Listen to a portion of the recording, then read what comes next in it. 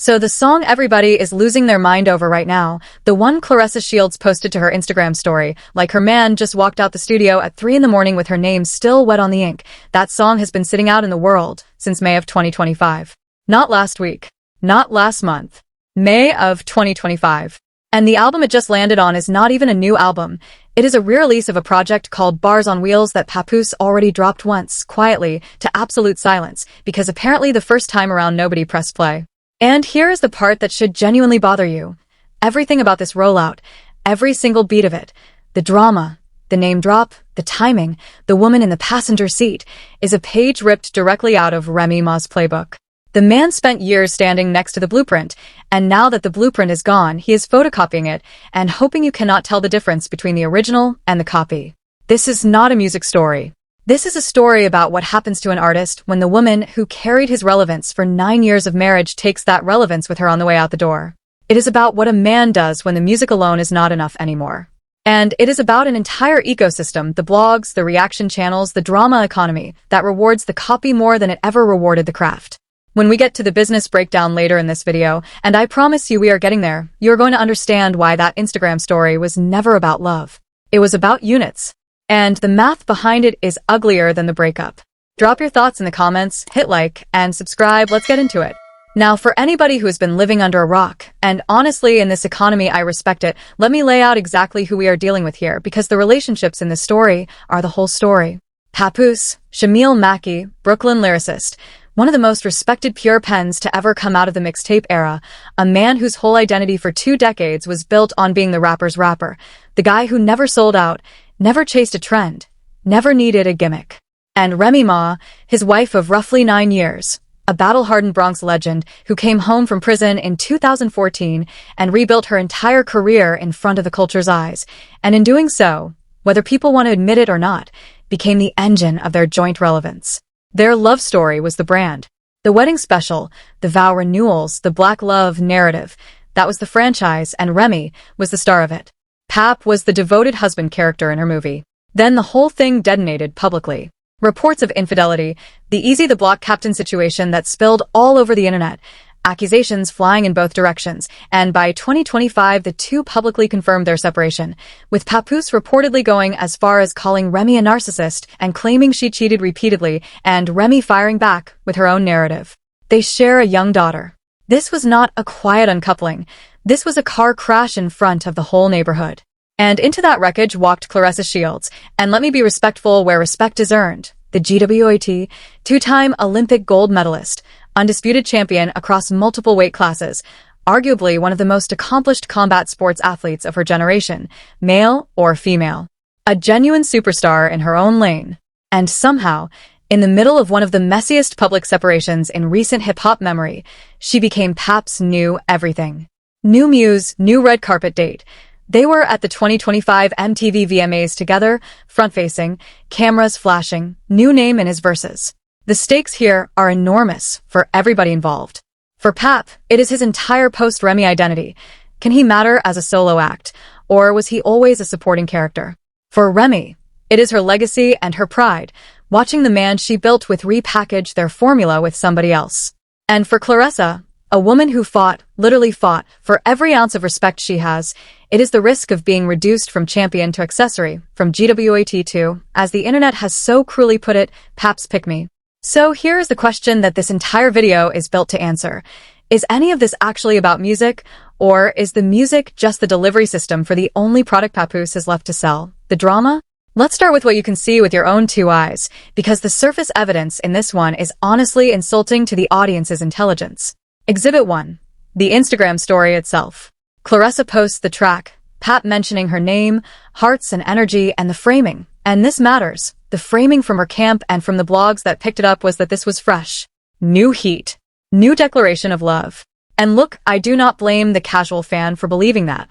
If you do not track Papoose'S catalog like a court stenographer, why would you know any different? That is exactly the bet being made here, that you will not check the timestamp. Because Exhibit 2 is the timestamp. That song has reportedly been out since May of 2025. Months. It was already floating in the world before this new moment was manufactured, which means the Instagram story was not a reaction to new music. It was the marketing of old music dressed up in a new relationship moment. Does everybody understand how wild that is? She is not debuting a song. She is redebuting a song. Exhibit 3. The album situation. Bars on Wheels arrived in its original form and made approximately zero noise. No chart story, no conversation, no moment. And now, suddenly, here comes the re-release, the deluxe treatment, the same project with a new coat of paint and a famous girlfriend's name in the tracklist like a stadium naming rights deal. That is not an album rollout. That is a recall and relaunch. And Exhibit 4. The one that ties the whole bow. While all of this is happening, Remy Ma reportedly fires back on Wax. The diss track won a go after Pap's side allegedly hit her with a cease and desist over her earlier shots. And instead of the music being the story, the music became ammunition in a courtroom-adjacent proxy war, which then became blog content, which then became streams, which then looped right back into attention for the re-release. Sit with that sequence for a second. The lawyer letter feeds the diss. The diss feeds the blogs. The blogs feed the girlfriend's Instagram story. The Instagram story feeds the re-release.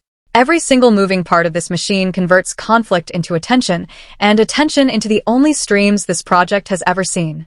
And I know some people are going to say, okay, artists re-release albums all the time. Deluxe editions are standard practice you are reaching. No. Standard practice is a deluxe 3 weeks after a successful debut to extend a chart run. This is a defibrillator on a project that flatlined, using a relationship as the paddles.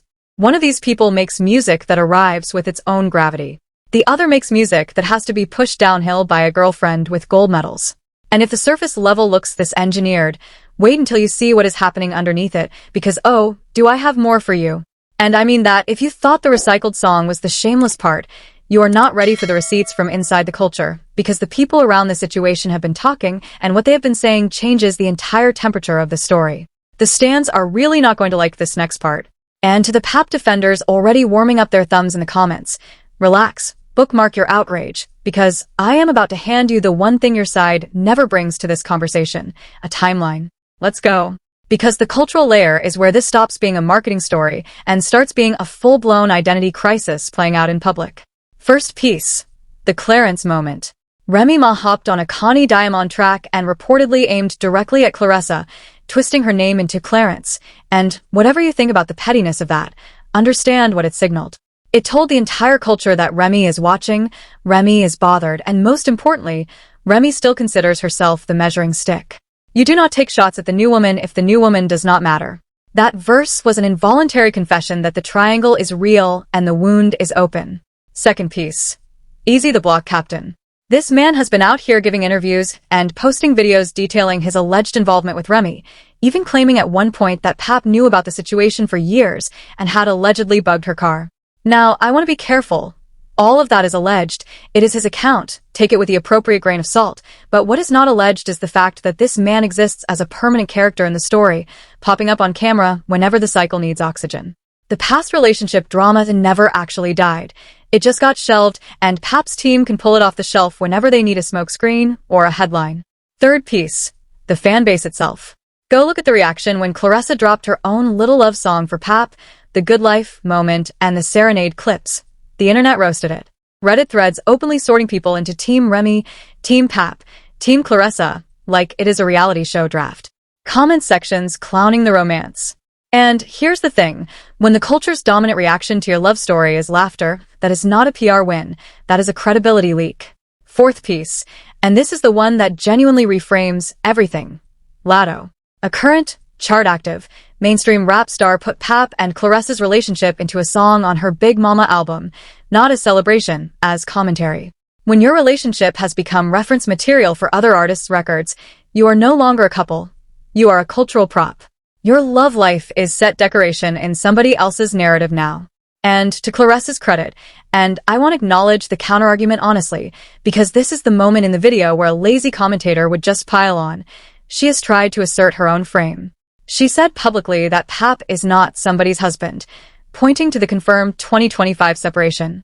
She posted that selfie with a caption about staying soft, staying pure, never letting ugly make her ugly. And you know what? On a human level, I hear her. She is a grown woman dating a separated man, and that by itself is not a scandal. But here is where the counterargument collapses. If the relationship is so clean, so legitimate, so above the mess, then why is it being deployed as a rollout? Why does the love only become content when there is a re-release to sell? Why is the name drop from a months-old song being presented as breaking news? Genuine relationships do not need marketing departments. The defense of the relationship actually convicts the rollout. And that contradiction, the love being real while the use of the love being fake, is exactly the door to the real story, the one nobody on the reaction channels is equipped to walk you through. So let's leave the gossip at the door and talk about the machine, because what is actually happening here is not romance, and it is not even beef. It is economics. I need you to lock in for this part, because this is where the video separates itself from every other video on this topic. There are three systems colliding in this story, and once you see them, you cannot unsee them. The first system is the re-release economy. Here is how the modern streaming business works at the level nobody explains to fans. An album is no longer a single event. It is a renewable asset. You drop the project, you measure the response, and if the response is weak, you do not make new music. You repackage the old music.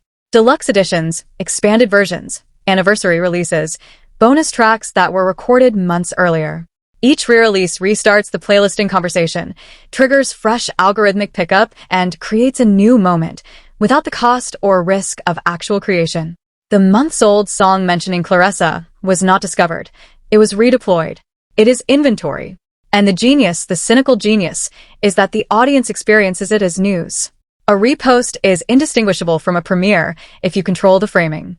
That is why the Instagram story mattered more than the record. The story is the product launch. The song is just the box it ships in. The second system is the drama as distribution economy. Understand the food chain. Artist manufactures a moment. Blogs like The Shade Room and its cousins amplify the moment, reaction channels. And yes, I am one of them, and I am honest enough to say the quiet part. Monetize the moment, and the streams from all that attention flow back to the artist. Conflict is not the enemy of the rollout. Conflict is the rollout. And here is the devastating part for Papoose'S. Remy Ma built this exact machine. She was one of the masters of it. The confrontations, the call-outs, the feuds that kept her name algorithmically warm between albums. Pap watched that engine run for 9 years from the front seat. So when I tell you he is copying Remy Ma again, I do not just mean he is borrowing her cadence or her energy. I mean he is operating her entire business model with a different co-star. The cease and desist that reportedly went to Remy, the diss track that came back, the girlfriend posting the track. That is not chaos. That is choreography. Every beat lands on schedule, because the schedule was written by the woman he is no longer with.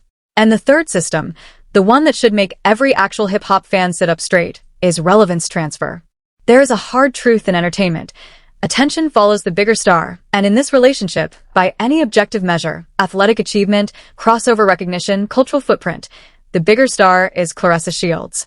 Papoose'S attaching his musical identity to her is not romance strategy. It is audience acquisition. Her fight crowd, her VMA's appearance, her mainstream sports media reach, that is a pipeline of eyeballs that a re-released EP could never access on its own. When an artist's romantic partner becomes their primary distribution channel, that is not a relationship milestone.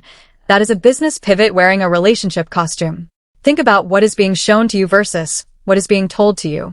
You're being shown a love song. You're being told a story about devotion. But the spreadsheet underneath says, legacy artist, declining solo relevance, dormant catalog, new high-profile partner, re-released product, drama cycle marketing. Now, and I say this with love, can we have the real conversation now? Because if this were only about one man and one rollout, it would be sad and funny, and we could wrap it up. But it is not only about him. And this brings me to the thing I have been building toward since the first sentence of this video. Here it is. Here is the truth bomb, and I am going to say it slowly. The most devastating revelation in this entire story is not that Papoose'S recycled a song, and it is not that he is dating a champion, and it is not even that the rollout is manufactured. It is this. Everything the culture is currently dunking on, the drama, the triangle, the recycled rollout, the cease and desist warfare, the blogs eating, is proof that Remy Ma was the artist and the architect all along, and Papoose'S entire post-separation career is an unauthorized sequel to a franchise he never owned. Look at the evidence trail we just walked. The original project dropped and made no noise, no Remy, no gravity. The drama machine that is now generating his only headlines, built by Remy, refined by Remy, and still running on conflict with Remy, because notice what the fuel of this entire cycle actually is. It is her. The diss track is hers. The Clarence verse is hers. The cease and desist exists because of her. Even the reason anyone cares that the new girlfriend got name-dropped is that she is being measured against Remy. Subtract Remy Ma from the story, and there is no story. There is a re-released EP and a boxer's Instagram story and silence. And this, to me, is the most important thing. The same outlets and fans framing this as Pap winning the breakup, Pap moving up, Pap upgrading, are describing a man whose entire current relevance is a derivative product, a remix of a marriage. And I have been saying this in my videos for a long time. Watch who the story needs, not who the story is about. The story needs Remy. It has always needed Remy. The man they called a lyricist, the purist, the guy who would never chase a gimmick, is now running the exact gimmick economy he built his brand on standing above, and he is running it with a ghostwriter he is no longer married to. Allegedly, reportedly, by every public indication, but look at the receipts and tell me the pattern is not screaming. Does everyone understand what we are really talking about here? We are talking about authorship. About who actually created the thing that is still generating all this energy. And the answer, the uncomfortable, culture-shifting answer, is that the so-called winner of this breakup is living in a house the so-called loser designed, built, and apparently still owns the deed to, because every time he wants attention, he has to pick a fight with her name on it to get it. And that is exactly why the hero of the story is standing exactly where heroes end up, unbothered, unmatched, and still the standard. Remy Ma lost a marriage and kept the blueprint. Think about everything we covered today and reframe it. The diss track that hijacked the news cycle? That is a woman whose pen still moves the culture on command. The verse on Connie Diamond's record? That is a veteran reminding everybody that her aim is still surgical. The fact that a whole re-release rollout needs conflict with her to generate heat? That is not her problem. That is her power being invoiced. While Pap is re-releasing old songs and borrowing relevance, Remy is doing what she has always done, creating moments out of thin air, on her own name, with her own voice, and letting the culture come to her, because it always does. One person in this story makes music that needs a girlfriend's Instagram story to be heard. The other makes music that the first person's entire marketing plan depends on. That is the whole video in one sentence. And I know some of the pick-me faithful are going to flood the comments about happiness and moving on. And listen, I just have to say this. I hope everybody in this story is happy. Genuinely. Happiness is not the argument. The argument is authorship, legacy, and who built what. And on that scoreboard, the scoreboard that matters, the quote's boyfriend is running plays out of Remy Ma's playbook, and the whole world can see the cover of the book. The culture course corrects. It always takes longer than it should, but it corrects. The copies fade, the blueprints endure, and the woman who survived everything this industry and life threw at her is still standing at the center of a conversation two men and a marketing plan cannot escape. The right person is still winning. The evidence is not even close. And this is only the start, because this story has at least 2 loaded chambers left. Watch the response records. Remy has reportedly never needed more than a weekend to answer disrespect, and with one ago already out there and the cease and desist drama simmering, the next move in that chess game could drop at any moment. And when it does, we will be here the same day breaking down every bar. And watch the re-release numbers, because if this engineered moment flops anyway, if the recycled song and the borrowed spotlight still cannot move units, then the conversation shifts from copies Remy to something far more brutal. Proof that the formula never belonged to him in the first place.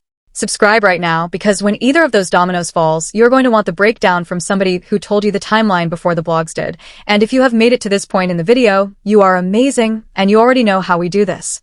And if you want a full picture of how this triangle actually formed, go watch my deep dive on the Easy the Block Captain interviews and the reported behind-the-scenes timeline of the Papoose'S and Remy Ma separation, because the detail in those interviews about what was allegedly known and when and by who reframes everything you just heard today. The story you have been watching is not the story that was happening. Click it, and I will show you the other timeline.